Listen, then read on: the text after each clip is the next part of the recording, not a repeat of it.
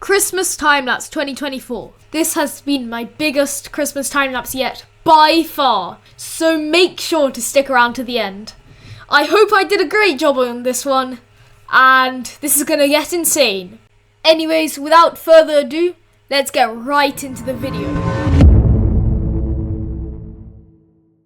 On day 1, I cleared out a lot of grass from the tundra area, although I didn't show it in this replay. And I also started work on the layout of the build.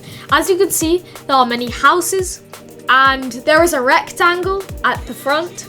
I also made some extra things at the back, although I did delete a few of them in the end. As you can see here, I start work on a mountain that is in the rectangle.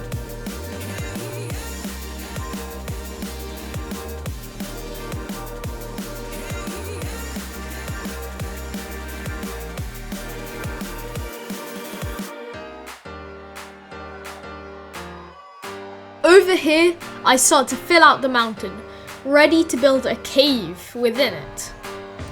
This cave will be home to a few villagers actually.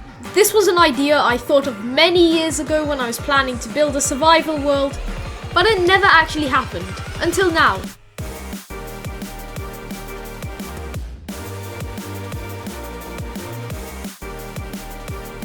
I also then textured the mountain slightly with dead horn coral and buttons. Then I also added some deep slate iron ore into the cave to add some texture. I will add more ores in the future, such as copper and other details like weeping vines, raw gold blocks and normal vines. Over here I start to build the first house, or rather enclosure, for the villager. This one is going to be a Fletcher, and as you can see, I built a Christmas tree with a chest. That chest became a present on Christmas Eve. Here is the second enclosure for the villagers. In this one there will be 2 villagers, both of which are armorers, and they can afford an azalea-infused Christmas tree. They also have this area to show off their most prized possession, a netherite armor set with a resin coast armor trim. After that, I realized how annoying villagers can be. So they kind of would just walk out of the cave and then try to find their bed by somehow drilling through the ground. Well, that didn't work, so I had to give them iron doors. I then built a Christmas tree. I used some rainbow concrete and some frog lights around it to give some Christmas decorations. On day 2, I continued work on the house. My footage got corrupted for starting the house, so sorry I wasn't able to show you that, but I think you can imagine how that went. As you can see here, I'm experimenting with more intricate roof designs, which I think is quite cool, and I'm actually really proud of the roof designs I have in this Christmas time-lapse as a whole. So stay tuned till the end to see those. This house is being made for a butcher, and that bed actually cannot be taken from the top, so I place an extra bed for the villager to actually sleep in at night. I also built a small Christmas tree here, as you can see. I also placed down some flowers on each side to add some depth and some dark oak planks for some contrast. On the top I added some farmland, although I did not actually add any way for anyone to get up there. I then started work on the second house. This one will be a bit different, although quite similar in shape and roof design. In this case, it will be a house school. The bottom floor will have seats for children to go to school and learn in. However, the top floor, kind of the attic, will have the essentials of the people who live there.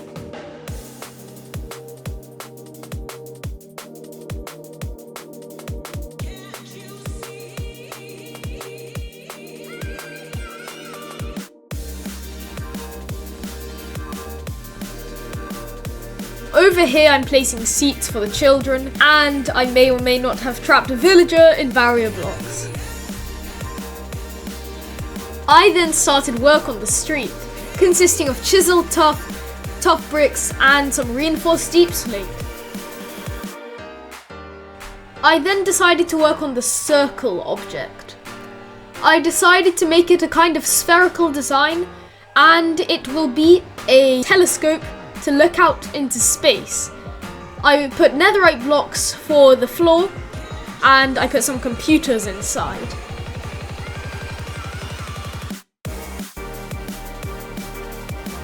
I then proceeded to remove some of the structures from the back and work on the third house. This one will be home to a fisherman, although I actually forgot to add an area for the fisherman to fish, so that doesn't work.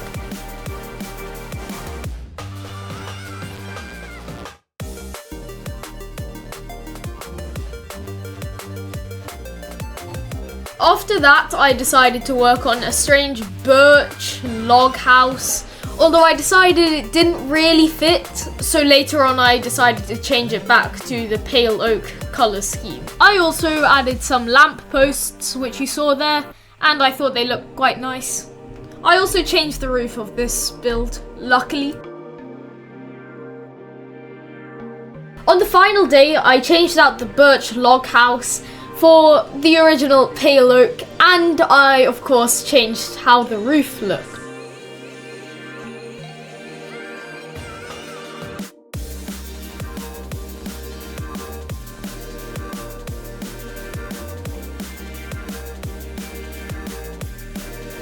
This took much longer than I originally thought it would take.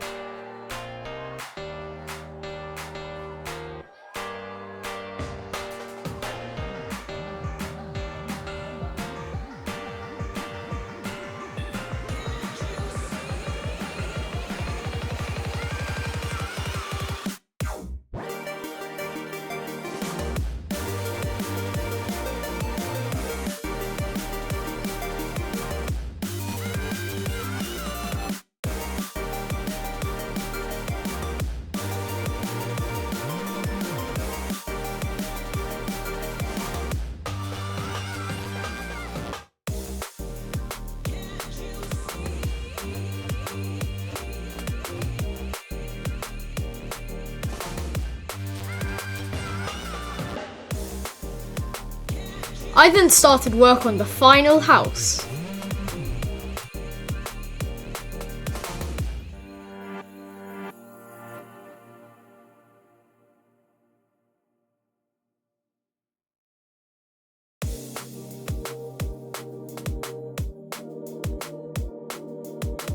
Like the first house, I put a farm on the top that you can't access.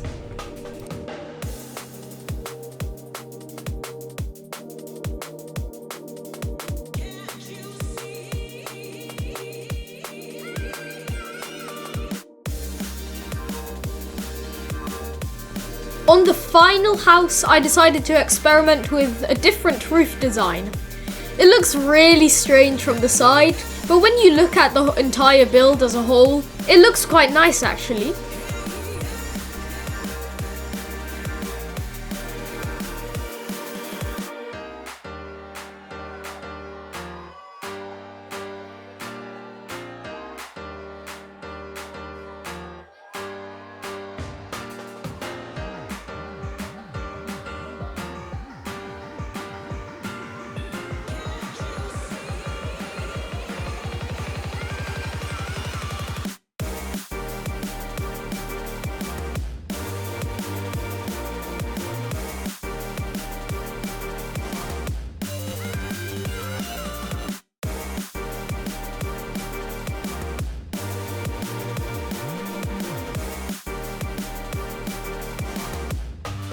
I decided to make it kind of a free bathing / washing area. So I made the floor with quartz, I made a bath and some hoppers with levers for a sink. I also added campfires underneath the bath to show that it was very warm and inviting.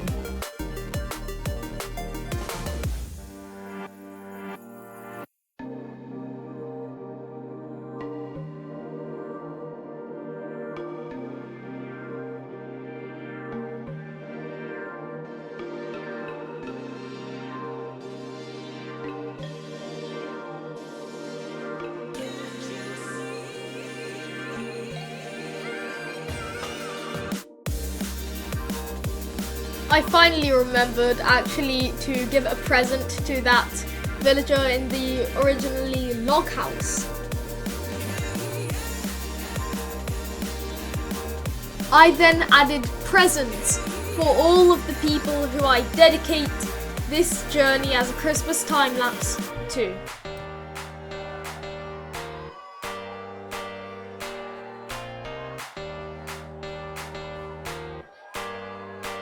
First of all, to LD Shadow Lady for inspiring me with the texturing of this mountain with her paths. Then to Gemini Tay for inspiring me with her really cozy looking castle in her original hardcore world. Then to Wanba for inspiring me with all these large scale builds, SP737 for the same reason. And then probably my biggest inspiration yet, Shovel241. His builds truly blow me away all the time. And now we're done. Except that is not all. I still have one more dedicatee. That is Dracowing. He gave me direct advice and influence on this project, so that is why I give him the most valuable resources of all. Random mineral blocks!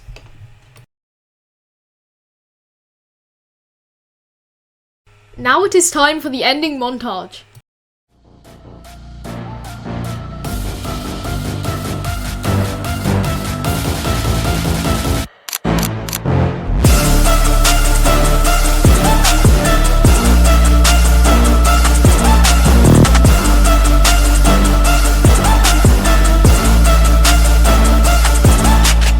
Thanks for watching so much.